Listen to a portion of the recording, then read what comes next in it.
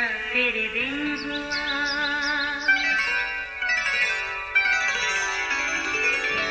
नया फिर दिन हुआ, पुरानी रात का करे सो शुक्र हम खुदा की जात का, खुदा की जात का नया फिर दिन हुआ। आज की आयत, कुड़ना बेवकूफ़ को मार डालता है और जलन अहमक की जान ले लेती है।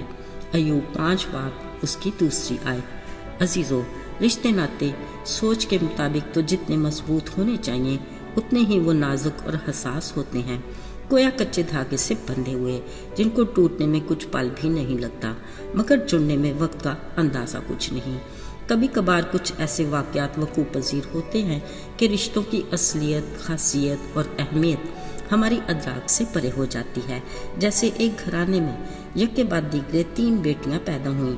बाप इस कदर बेजार हुआ कि बीवी से कहने लगा, सुन लो, आपके अगर बेटी हुई तो किसी को दे दूंगा या बाहर कहीं छोड़ आऊंगा। अब देखा जाए तो माँ का क्या कसूर, खुदा की देन है, फिर बेटी तो रहमते खुदावंदी है, ज़हमत तो नहीं। खैर, करना खुदा का ये हुआ कि अब के बार भी बेटी ही पैदा हुई, जो बाप पर बेहद गिरा गुजरी। जब कुछ दिन गुजरे, उसने अपने कहे मुताबिक बेटी को कहीं बार छोड़ दिया। सोचा कोई देखेगा तो ले जाएगा। फिर जैसे ही सवेरा हुआ, चुपके से जाकर हालात का जायजा लिया। देखा बच्ची वहीं पड़ी थी। मजबूरन उठा के उसे घर ले आया। अजीजों, जरा उस आदमी की बरहमी तो देखिए, न जाने क्यों औलाद देने वाले के साथ खफगी के सिलसिले चलने लगे। इस सूरत में हर रात को बच्ची बाहर रखा था, वहीं से सुबह उठाकर ले आता। आखिर थक हार के ये सिलसिले भी बंद हुए। अजीजों, ये सब कुछ कहना या सुनना दोनों सूरतों में तकलीफ दे है, मगर ये हमारे मुआशरे की सच्चाइयाँ ज़रूर हैं। चलिए देखते हैं आगे क्या होता है। आखिरकार उसी घराने में अगला पैदा होने वाला बच्चा बेटा था। बाप ने खूब खुशी मनाई, मगर अफसोस न जाने कैसे उसकी एक बेटी किसी वजह से वफात पा गई। फिर ऐसा ही होता रहा। एक के बाद दीगरे 2 और बेटे पैदा हुए। फिर हर बेटे की पैदाइश पर देने वाला उसकी एक बेटी को ले लेता था। अब फकत वही बेटी रह गई जिसको अक्सर बाप बाहर छोड़कर आता था। अजीजों, जैसे तैसे वक्त आगे बढ़ता गया, घराने में काफ़ी बदलाव भी आ गया। माँ वफात पा गई, लड़के जवान हो गए। अब बाप भी उम्र के उस हिस्से में था कि उसको किसी की मदद की ज़रूरत होती, मगर बेटे थे कि हर कोई अपनी दुनिया में मगन रहता। बेटी ने यह हालत देखी तो अपना घर बसाने की बजाय बाप को संभालने लगी।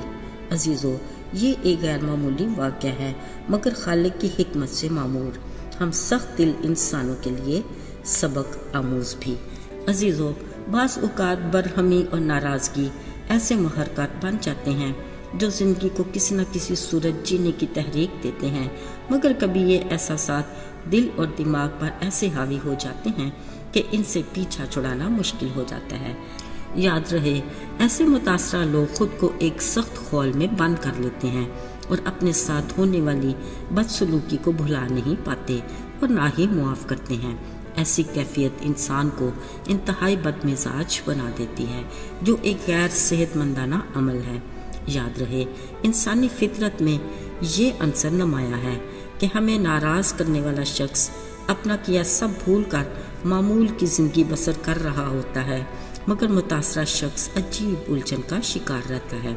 अजीज़ों, ख्याल रहे, माजी जो गुजर गया उसको हम कतन तब्दील तो नहीं कर सकते। ये सिर्फ हमारे लिए ही दुख का बायस होता है, जो सरासर खुद के साथ ज़्यादती है। कलाम मुकद्दस में लिखा है, कुड़ना बेवकूफ़ को मार डालता है और जलन अहमद की जान ले लेती है। बेहतरी इसी में है कि हम अपने मामलात खालिक खुदा को दे दें, वही इंसाफ करने वाला और बदला लेने वाला है। ज़रा याद करते हैं समसून को। उसको फ़लस्ती औरत ने धोखा दिया, जिससे उसका गुस्सा भड़का, मगर उसने अपना मामला खुदा पर छोड़ा। अगरचे उस औरत के साथ उसका घर तो न बच सका, मगर उसने अपने दुश्मनों से जी भर के बदला तो ले लिया। यूं ही दलैला ने भी उसे कई बार धोखा दिया, जिससे वो बेइंतहा प्यार करता था। आखिर चांदी के चमकते सिक्कों के लालच में आकर उसने शमसून को दुश्मनों के जाल में फंसा दिया, यहाँ तक कि उन्होंने उसकी आंखें निकालकर उसे कैद खाना में डाल दिया। बावजूद इन सब बातों के शमसून ने अपने माजी की हर तलखी को भुला दिया। उसे दलैला से कोई गिला शिकवा नहीं था। उसने ये मामला भी खुदा के हाथ में ही दे दिया। आखिरकार खुदा ने उसकी दुआ सुन ली और उसके दिल की आरज़ू को पूरा भी किया। असल में ये खुदा के लिए उसका प्लान भी था, अगरचे वो खुद भी मरा मगर अपने साथ अपने हज़ारों दुश्मनों को भी ले गया। अजीज़ों, नाराज़गी बरहमी एक फितरी अमल है। इस बारे खुदा के फरमान को कभी ना भूलें कि गुस्सा तो करो मगर गुनाह ना करो। सूरज के डूबने तक तुम्हारी खफगी ना रहे। यकीनन इसी में हमारी बेहतरी और भलाई भी है। आइए दुआ करें। मेहरबान रहीम खुदावंद, हम तेरे शुक्रगुजार हैं कि तमाम तर हमारी गलतियों और ख़ताओं के बावजूद तू हम पर मेहरबान है। कहर करने में धीमा और शफकत में बढ़कर अपने बड़े फजल से हमें अपना हम मिजाज बना, ताकि हम तेरे नाम को जलाल देने के लायक बने। यसू के बाबरकत और मुबारक नाम में मांगते हैं, आमीन।